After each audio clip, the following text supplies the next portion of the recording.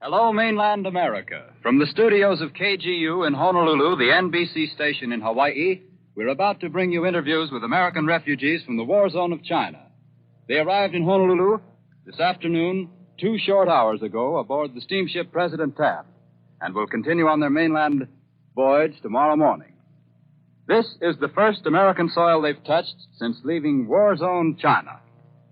First, now, I'd like to introduce to you Mr. Henry Lilly of Davidson, North Carolina. Mr. Lilly, what were you doing in China? Well, I'd planned to see Central China and get out before any trouble started in that area. I see, and you didn't quite make it, is that right? Didn't quite make it. Well, why were you in China when you knew it was dangerous, Mr. Lilly? Well, I felt that I could get down to Shanghai and see some of Central China, see Hangzhou and 1 or 2 other towns, and then leave in plenty of time. Uh-huh. Well, tell us about when you got back to Shanghai, Mr. Lilly. Well, I left on the 12th, the early morning 12th, to see Hangzhou, and returned to Shanghai on the night of Friday, the 13th. All the lights were put out on our train, and there was sharp fighting in the Hongqiu district of Shanghai. Our train was switched over to the South Station. Mm-hmm. And did they have any accommodations for you in Shanghai? No, when we got off at the South Station, we were told we had to sleep in the streets. Were you forced to do this? No. I was able to get, finally, to the French concession. The militiaman of the Chinese forces there was very kind and allowed us to go through the first pickets in order, as he said, that we might sleep in an American mission concession nearby. But could you get in the mission settlement? No. When we got into the district of the mission settlement, it was about 2 o'clock in the morning, and there were no answers given at all.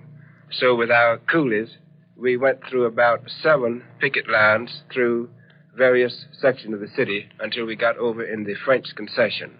Uh-huh. And where did you go from there, Mr. Lilly? Well, on Saturday morning, I went back to the Broadway Mansions where my baggage and washing was, because I wished to get those before leaving Shanghai. You got your baggage and washing? Well, I got my baggage all right, but my washing is still at the Broadway Mansions. I see. Well, were you near any of the really bad bombing, Mr. Lilly? Well, when I was at the Broadway Mansions about 10:15 on Saturday morning, a bomb from a Chinese plane, which was intended for the Japanese concession and also for the Itzuma flagship, hit about 400 yards from the Broadway Mansions. And you're mighty glad to be back on American soil? Yes, I'm glad to be back. Well, thank you, Mr. Davidson. And we have here Mrs. Carter. Mrs. Carter, where were you when the trouble started? I was in the French concession. Well, what actually happened according to your version?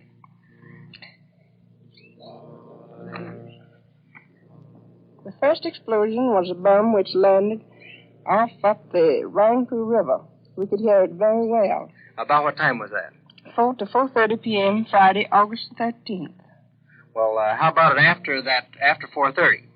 All was quiet from 11. They continued shooting off and on until 11 p.m. Friday night. To 2:30 a.m. Saturday morning was quiet. Then it started in again. We could hear the machine guns and bombs as well. Saturday, August the 14th, at approximately 4:30, the bomb was dropped on Nanking Road. Approximately 100 were killed, many injured. Damaged both hotels, a palace and cafe. Bombing of the Nanking Theater at Avenue Joffrey and Edward the 7th Avenue the same afternoon, killing many. I don't remember the number. And this was approximately 6 to 8 of our blocks from where I was living at the time. And you could hear them most of Saturday night, I suppose? Oh, yes, all night Saturday night, almost continual firing. And Sunday was mostly quiet due to rain, I suppose. Airplanes were flying continually. We saw the airplanes many times, and on Sunday did not watch because of the orders to keep indoors. Well, when did you decide to leave? It was between 5 and 6 p.m. Sunday before I was certain that I could get on the Taft. Well, what about the trip down to the tender? Well, due to the fact there was no buses and no streetcars, we could only take a chance on taxis and rickshaws. I called 6 o'clock for my taxi, and they said they'd send one right away. And I was very glad to see this taxi coming, and I was down. It took me, let me see, About 5 minutes to... 5 to 8 minutes in the taxi down to the dock, the customs jetties. Well, did you see anything of the actual war there? I passed and saw the hole where the bomb was dropped in the Nanking Theater. I should say it was big enough to put about 2 automobiles in it. Well, you had a quiet trip then to the dock? Yes, it was quiet on down. Well, when did you arrive at the dock? About 20 minutes after 6.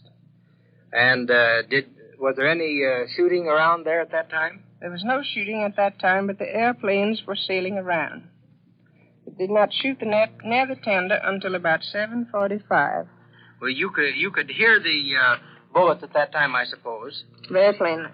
Well, what time? How did you know exactly what time? You were giving us exact time. How do you know what time it was? Because it was a city clock on the bun that I had been watching because I was very anxious to know when the tender was leaving. Well, then what happened? Well, it was approximately 7:45 when they began firing. And then after a quiet spell, we had another firing. And we were all up on top on the tender, and when at the time they were shooting, they would run us down below into the cabin, and it was so hot that we were glad to get back up and get some fresh air. And then came this third salute, which I think we thought was meant for us.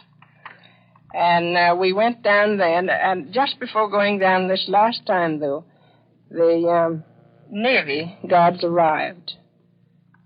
And what time did you actually leave then? We actually left at 8:45. We were held up 45 minutes. Well, did you see any war vessels? Yes. What the Japanese gunboat. Well, where was the Taft in relation to the Bund?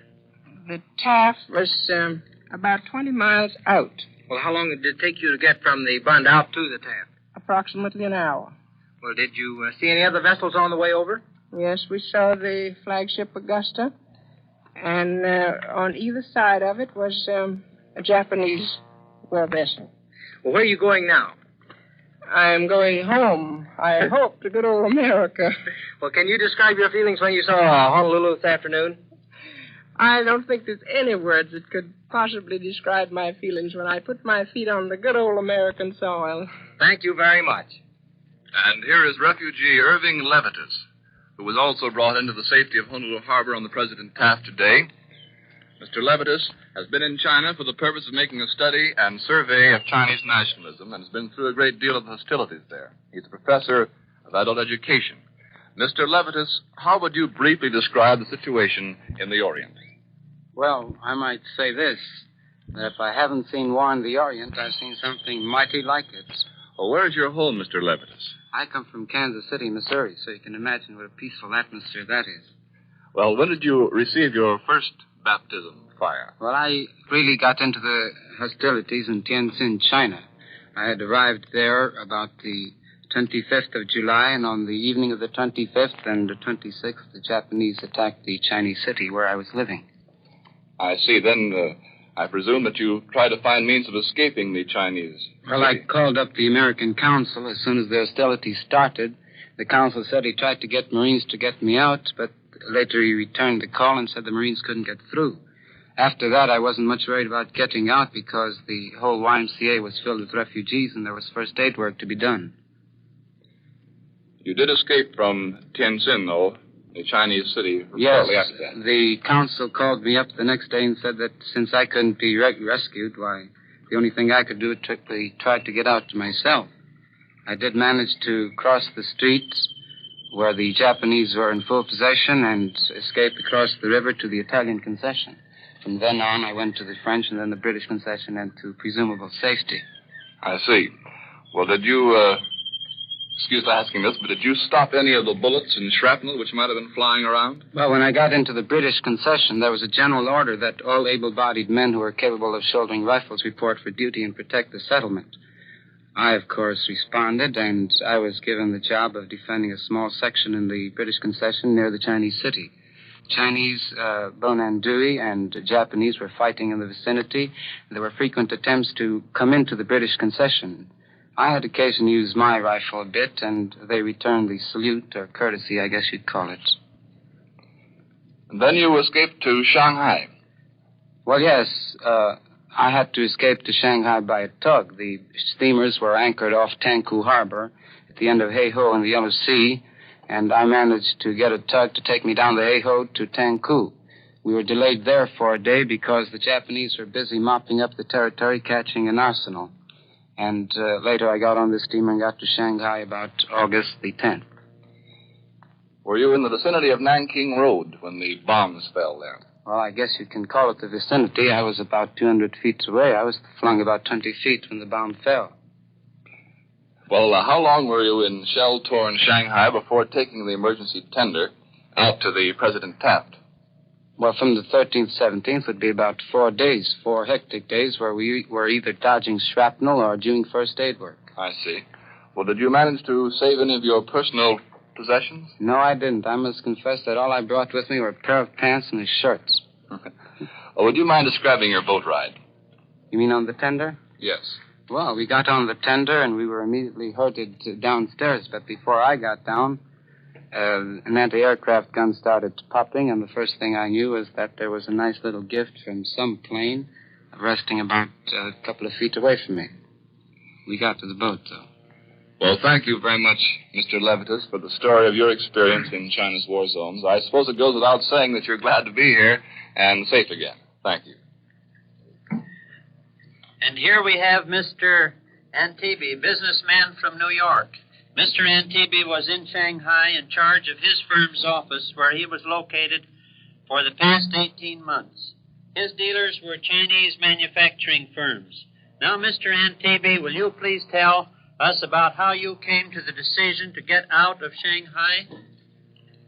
I was living in Shanghai Farm YMCA, and on the afternoon of Friday, the 13th of August, I came home and was just taking my usual shower bath when I heard a loud explosion, followed by several other explosions. I wondered what it was and thought probably it was something in connection with the trouble that has been brewing between the Chinese and Japanese people. I looked out the window and saw clouds of smoke coming from the Chinese section of Shanghai. We did not hear any more explosions after dark. The next morning, when I awakened, I could hear airplanes overhead and decided it would be best not to go down to the office in the city. I could hear shooting in the distance all forenoon. By noon, everybody at the YMCA was worried sick with fear. We were surprised to see and hear bombs dropping inside the international settlement because we thought we were safe inside the international settlement. We were puzzled and could not understand. We stayed on through the afternoon at the YMCA, and by nighttime it was worse, bombs flaring, and the electric lights were out, and the people were all afraid to go out. I kept on worrying that what to do. I decided to try to go to the U.S. ship President Taft. I knew she was sailing Monday morning. I stayed up all night Saturday night trying to pack everything I had in one suitcase. I had my suitcase packed by noon Sunday and was nervous wreck from the continuous explosions and airplanes I could hear. Every Monday morning I hired a rickshaw coolie to take me to the wharf where the tug would take me out to the President Taft. When the coolie learned where I wanted to go, he refused to take me. I bribed him several times, the usual fare, and he took me.